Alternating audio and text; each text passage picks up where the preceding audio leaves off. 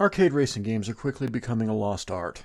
Arguably, 2006 was the last big year the genre had, with further releases, big or small, quite sparse in the years since. Still, there's a lot to be said for the genre with its picturesque settings, catchy, memorable soundtracks, and fun gameplay mechanics that can keep you glued for years. Arcade racing is, to this day, chill gaming at its absolute finest, with nothing short of paradise itself as the backdrop. For the purposes of this video, I'm going to operate on the assumption that you've watched the Sound Off 4.4 video unpacking the racing genre at length, so you'll have a good idea of what kinds of games to expect and, more importantly, not expect on this list. Without any further ado, let's add them up. Few gamers in the West are aware of Taito's legendary Battle Gear franchise, and fewer still are familiar with its origin series, Side by Side. This was basically Initial D before Initial D became a thing. While it could have easily been left to languish in the arcades, never seeing a console release to get it into more hands, as some future installments of the series were, Side by Side and Side by Side 2 were eventually bundled together in a single PlayStation game that brought the experience home quite nicely. It would soon see a re-release that included DualShock support. Whichever form you get it in, this is easily one of the best arcade racing experiences you'll find on the original PlayStation. I'm going to intentionally not name a specific version here due to a criminal lack of a definitive edition after all this time, but the mother of the modern arcade racer comes in here at number 9. Taking simplified gameplay over a signature mechanic, Virtua Racing can occasionally flirt with simulation territory due to a strange emphasis on real-life racing sensibilities for the genre, but its pick-up-and-play qualities would quickly bleed into other contemporaries, giving rise to a big four of modern arcade racing games. To this day, Virtua Racing has never had a sequel. Every release it has had since that first appearance has been an extension of that original game, but every release has also been a testament to its staying power. Pick it up now on the Nintendo Switch as part of the Sega Ages lineup for the modern-day reminder of why this game holds up so well. Ridge Racer would ring in a new era in 2005 with a PSP launch title that introduced a refined drift mechanic and the concept of nitrous boost to the franchise, and don't worry, we'll get to that. Ridge Racer 6 and 7 are basically alternate versions of a single game that represents that new formula's arrival on consoles, taking part in both the Xbox 360 and PlayStation 3 launches. If a winner must be selected, that nod goes to Ridge Racer 7 on the PS3 with more content and the introduction of slipstreaming to the franchise. These games should have represented a new launching point for arcade racing games, but instead, things hit something of a decline, and that's a real shame considering some of the experiments that have gone on with arcade racing ever since. Another import selection, Initial D Special Stage, is the PS2's version of what really represented the golden age of the Initial D franchise. Now, I could do a whole video on the second wave of big arcade racers and how much of a travesty it is that so few of them have made it outside of Japan, or arcades. All I really need to say here is that Initial D started out right away as a solid arcade racer with a special focus on one-on-one races, then took advantage of the same data card technology that powered Virtua Fighter and Tekken's revitalizations to add a record-keeping and customization element that the genre desperately needed, all with an outstanding Eurobeat soundtrack that lent itself perfectly for the vibe of the series. This is an import worth going out of your way to experience. Battle Gear would see a couple of console ports after being renamed as well, and this one, Battle Gear 3, is not only a great arcade game in its own right, but another PS2 import well worth seeking out. Taito had a long run of turning out relatively ungimmicky, strong all-around arcade racers that didn't need to throw the marketing department any bones in order to get people interested. What it lacked in marketable hooks, it more than made up for in customization, car selection, and track choices. It even had an online component back in its heyday, which very few 6th generation arcade racers ever did. Unfortunately, if you're looking to legitimately import it, get ready to pay up, because the aftermarket has gone completely mad with this one. Mention Automodelista to any Western gamer and you're bound to trigger flashbacks of cars sliding around on the streets as if they were iced over. Those willing to seek out the original Japanese PS2 exclusive version had a different experience altogether. The foundation was the same, the content was the same, but the handling model was something completely different. It was actually playable. Now, this game would have gotten points for me anyway for including the Toyota Celica GT, which is incidentally what I actually drive, but what you get here is an Initial D game that is markedly better than Initial D itself. Add in the presentation clearly brought to you by the same folks that handled that stuff for Capcom fighting games at the time, and you have an interesting slice of arcade racing that many gamers don't even know about. It's a shame Capcom didn't develop a taste for it themselves.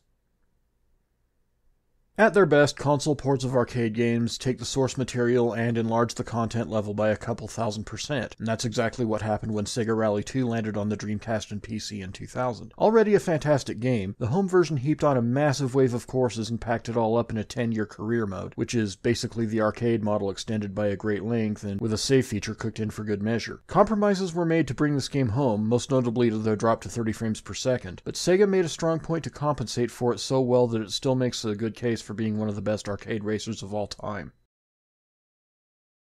Outrun 2 started its life as a technically impressive game that flexed the muscles of the Xbox-based Chihiro arcade board, finally landing on the Xbox itself while looking very much like a game that could only run on Microsoft's 6th-gen hardware champion. Surprisingly, 2 years later, it would make a multi-platform appearance with an all-encompassing release, Coast to Coast, that included all of the content of Outrun 2 and Outrun 2 SP in a single game with both an extensive single-player campaign and a healthy online mode that allowed you to experience it all in just about every way imaginable. Sadly, the Xbox version of this release would go horribly underprinted, making it worth about $200 these days. Hopefully Sega and Ferrari can cut a deal to get this game back out there because it deserves a growing audience even now. For an arcade racer to never find its way to the arcades and still be great requires a masterwork in development, and that's exactly what EAD gave us with Wave Race 64. Not only was this a showcase of analog controls for an audience that still needed some convincing, it also showed off water physics in a way that arguably hasn't been matched even 27 years later. The game's 8 courses across 3 or 4 difficulty levels, as it could be argued that reverse ramps things up even from expert, mark a treasure trove of content for the time, and whether you're playing it on native hardware, Wii Virtual Console, an emulator, or Nintendo Switch Online, it still holds up absolutely. Despite Sunny Beach's simplistic nature, all you need is a few laps around it before you understand completely, and Wave Race 64 has its hooks in. Of course, before the number 1 pick, I have quite a few honorable mentions. There are just so many great arcade racing games out there that a lot of them could make a great case for being just on the cusp of the top 10. I've spoken on this channel before about Flag to Flag and how it was literally my first impression of the Sega Dreamcast. It is simply the best open-wheel arcade racer ever released on home consoles, since Sega's Saturn adaptation of Indy 500 was unfortunately sacrificed to reallocate personnel to other projects, specifically the Circuit Edition releases of Daytona USA. Flag to Flag had a wealth of content by genre standards at the time, offering up a wide range of ovals, dedicated circuits, and road courses to keep you busy setting top lap times and competing with your friends. This is a game that really doesn't get its due. Hopefully Sega can somehow repackage it without its cart licensing restrictions someday, because it deserves far better than it got the first time around.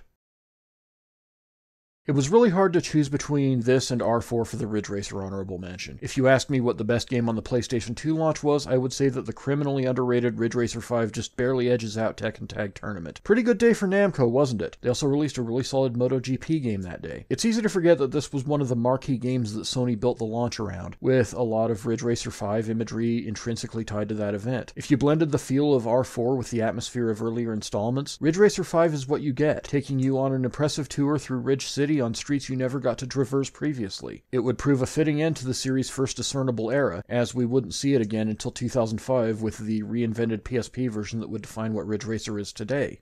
I'm sure some of you are already getting ready to tee off on me in the comments over Daytona USA being an honorable mention rather than a prominent entry in the top 10, but I really don't want to spend an honorable mention talking a game down, so I'll explain myself another time or way. Daytona USA helped introduce Sega's Model 2 arcade board to the public in one of the most spectacular ways possible, with its 8-seater multiplayer cabinet that made going to arcades in large groups enjoyable for more reasons than just having long casual sessions in our fighting games of choice. If this was a list of the most important arcade racers of all time rather than the best, rest assured its placement would be much different than it is here. It's a shame that it didn't see a truly great faithful console port until the PlayStation 3 and Xbox 360, although AM3's treatment of it in the Sega Saturn Circuit Edition will always have a big place in my heart. The original recipe Daytona USA might not necessarily hold up, but its influence is everywhere. As the name implies, Sega Rally Championship found a special niche for itself by representing a discipline that we don't really see that much of in racing games, off-road rallying. As an early modern arcade racer, it didn't have a huge lineup of courses to master, and while that lack of content is the main factor keeping it out of the top 10, the 4 courses that it did have, desert, forest, mountain, and lakeside, are absolute icons of the genre that have shown up a few more times over the years. The same could be said for the selection of cars. Sega gave you 2 options and they made them count, with the Toyota Celica GT4 and the Lancia Delta playable. A third unfinished car was available with the use of a code, wearing the Celica and Delta as playable skins for lack of its own, but was later revealed in the console release to be the equally legendary Lancia Stratos. Finally, the soundtrack holds the same high status, also showing up in various forms in other games over the years. Other off-road racers may have eclipsed the original Sega Rally over time, but that doesn't mean it's not worth playing. There's still a lot here to enjoy.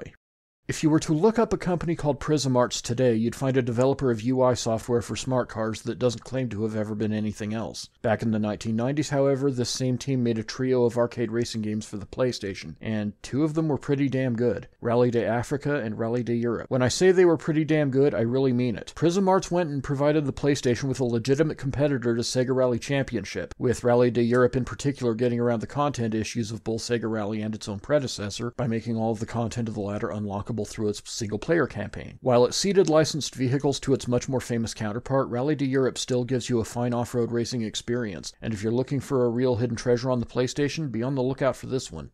And the #1 arcade racing game of all time is... Come on, guys, you know me by now. By itself, Ridge Racer 2 justifies the existence of PlayStation Plus Premium. While I'm still getting used to depluralizing the title from the original 2006 Japanese release that counts for the vast majority of my playtime, and I'd far prefer to be able to purchase the game outright on my North American PlayStation account, now everyone on this side of the Pacific, and Atlantic because the Plus Premium version is based on the European release, can finally experience the best and most content-rich version of any Ridge Racer game ever made, which also makes for the best arcade racing game of all time. Ridge Racer 2 is what you get when you take the 2005 refresh of the series and pack it with every course from Ridge Racer Revolution, Rave Racer, Rage Racer, and R4, and for whatever reason the stupid oval course from Ridge Racer 5. Seriously guys, it could have been Above the City, it could have been Bayside Line, it could have been Outer Pass, but no, they had to go with the fucking oval in a game about drifting. What you get is a comprehensive journey through the 90s era of Ridge Racer with plenty of content to keep you busy for a long time, and a foundation great enough to make you want to put in the work. If you have Plus Premium and want to experience arcade racing at its absolute best, look no further. Ridge Racer 2 is the one. And that's it for my list. Let me know how yours breaks down in the comments. If you like this video, then please be sure to like, comment, share, and subscribe as it really helps grow the channel. Click the notification bell if you want to know right away when the next video drops. I'm Patrick Mifflin, and I'll see you back here again soon.